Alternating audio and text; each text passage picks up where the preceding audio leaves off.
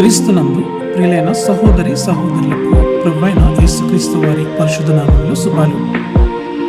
యేసు ప్రభు వారు కొండ మీద చేసిన ధన్యతల ప్రసంగ జ్ఞానము 6వ భాగాన్ని ధ్యానించుకుందాము. హృదయ శుద్ధి గలవారు ధన్యులు, వారు దేవుని చూచెదరు. మత్తయి సువార్త 5:8 వచనము. పవిత్రమైన కన్నులు గలవారు ధన్యులు, వారు దేవుని చూచెదరు అని ఉండాలి. కానీ ఇక్కడ ఏంటి ఇట్లా ఉంది? పవిత్ర హృదయం గలవారు ధన్యులు, వారు దేవుని చూచెదరు. అవును, హృదయము నిండిన దానిని బట్టి మన చూపులు ఉంటాయి. హృదయము నిండిన దానిని బట్టి మన నోరు మాట్లాడుతుంది. హృదయము నిండిన దానిని బట్టి మన క్రియలు ఉంటాయి. హృదయ శుద్ధి గలవారు అంటే ఈ లోకములో పాపమేమీ లేనివారు అని అర్థమా?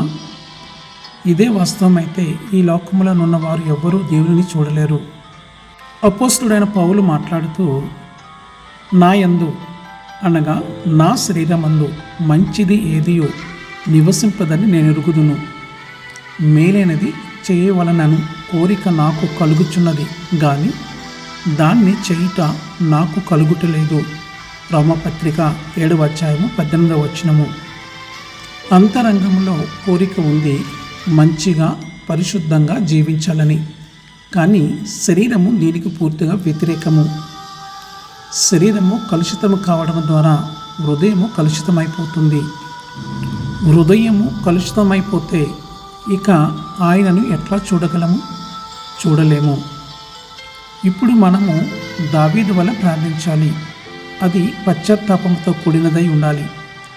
దేవా, నా యందు శుద్ధ హృదయము కలుగజేయుము, నా అంతరంగములో స్థిరమైన మనస్సును నూతనముగా పుట్టించుము. కీర్తనలు 51:10 వచనము. అవును, ప్రభు పాదాల చెంత మన పాపాలను కుమ్మరించడం ద్వారా క్షమింపబడిన మనము తిరిగి విడిచిపెట్టిన పాపముల జోలికి పోకుండా మనలను మనము పరిశుద్ధంగా కాపాడుకోవాలి. ఆయన పరిశుద్ధుడు కాబట్టి మనమును పరిశుద్ధంగా జీవించాలి. అట్టి పరిశుద్ధతను కాపాడుకోగలిగితే నిత్య రాజ్యంలో ముఖాముఖిగా ఆయనను చూస్తాము. సదాకాలము ఆయనతోనే ఉంటాము. ఆ రీతిగా మన జీవితాన్ని సిద్ధపరచుకుందాం. అట్టి కృప ధన్యత దేవుడు మనకు అనుగ్రహించునుగాక. ఆమేన్.